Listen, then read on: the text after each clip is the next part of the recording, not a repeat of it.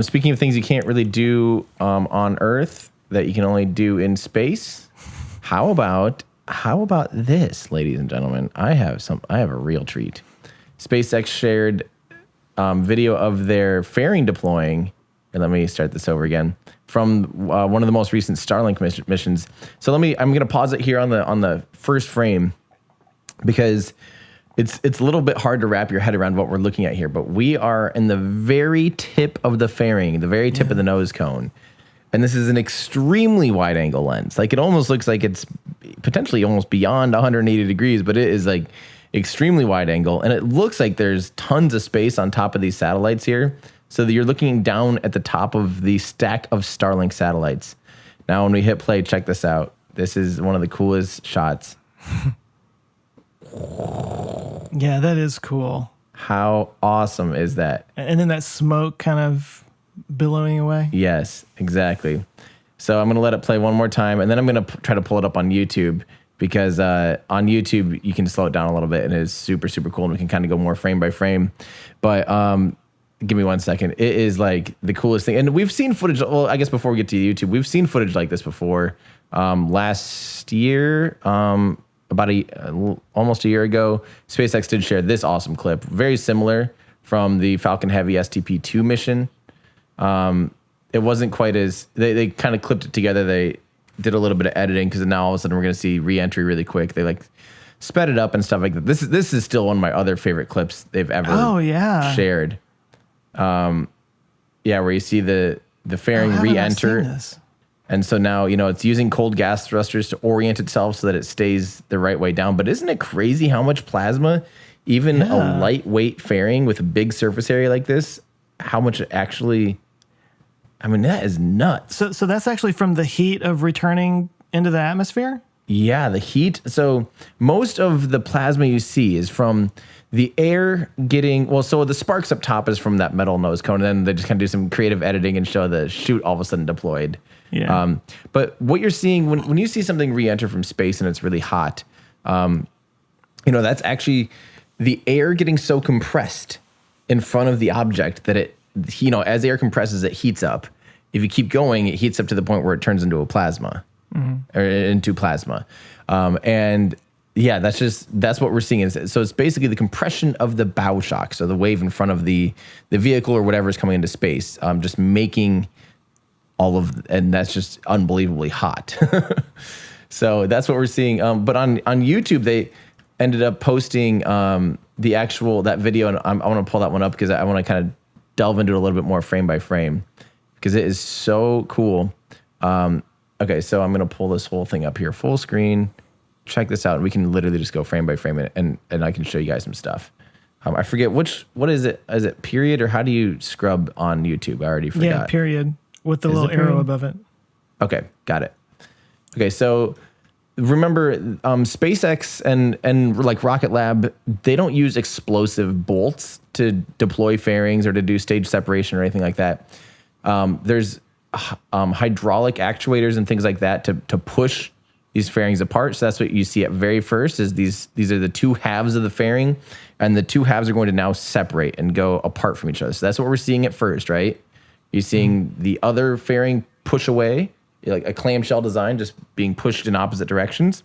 And then from the right side of the screen, you're now starting to see this full stack of Starlink satellites. Now don't forget there's 60 of them in there.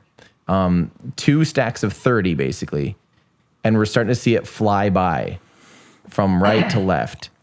And right about here, you can actually see some detail on it enough to see that you can see how tightly packed these things are. And then all of a sudden you're seeing kind of the stage adapter in between the two, the upper stage, the second stage, and the second stage Merlin 1D vacuum engine. Just how gorgeous is that? So yeah, that is. So it almost looks like completely lit up where the bell is there. Lit up where the bell is that what you said? Yeah, I mean, is that like a video artifact, or is it just so glowing so brightly that it just looks like? Great question. So right where you see it ends, that is so all of this is regeneratively cooled, just like the sea level Merlin engine, where they run fuel through that metal And then after the fuel's cold, they run it through the metal to keep it from melting. And then once it runs through all the chambers or through like veins, basically, then they run it. They actually burn it. They put it into the injector and it burns. So they use regenerative cooling, it's called, to keep the engine cool. But then from here, you can see. I don't know if you guys can see my mouse, but you can see where it turns white, and then all of a sudden it kind of expands out a little bit. Yeah. So up until then, that is the nozzle extension, which is made out of niobium. And niobium just has a really, really, really high melting point. And because of that, they don't even need to actively cool it. I guess there is still film cooling from the gas generator. That's kind of a different story. But it's basically so hot it's about to melt, but it doesn't, because they keep it just perfectly at that right temperature. So instead, it's glowing hot red. It's just absolutely glowing bright as day, basically. You can see that when you see the videos, when they in the live streams, you can see that the bell nozzle extension is just glowing red. So that's what's happening here. It's radiating a bunch of heat, and then from there on out, basically that is the exhaust, where it's kind of turning bluish. That's the exhaust from the engine, and I just think that's about the coolest thing you could ever see. And then what's cool is at the end of this, all of a sudden you see it interacting, the exhaust plume interact with the fairing now. So we're seeing that exhaust plume illuminated and interacting with the fairing. Oh, no.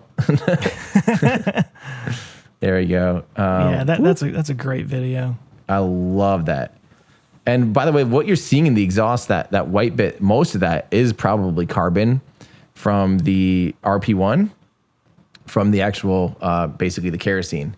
So the carbon, ends up being particularly visible, and probably water vapor too. But yeah, pretty darn cool if you ask me.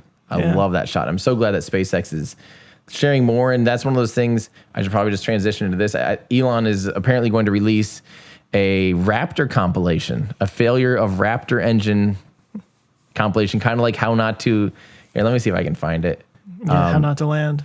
How not to land an orbital class rocket. I asked if he would maybe consider doing a how not to fire a full flow stage combustion cycle montage, and he said that they're going to do it. And so stay tuned. Hopefully, in the next little bit, they will be working on that. I think that'll be absolutely hilarious. But yeah, pretty cool, right? Have they had that many? Meanwhile, they've had plenty. They've had plenty. I don't know where that is though. Meanwhile, the Higginbottoms are like, thanks, Tim. Thanks for more work. Yeah. Great. Hey guys, thanks so much for watching this clip from our show. If that's just not enough for you and you want to watch the full episode, you can go to olfpod.com/YT. And if you want more from us, you can consider becoming a Patreon member. You'll get early access to episodes. You can join our awesome community. You can actually watch us record live and get your name in the credits by going to olfpod.com/Patreon. So thanks everyone for watching. Check back every Friday for new clips here and new episodes on the main channel.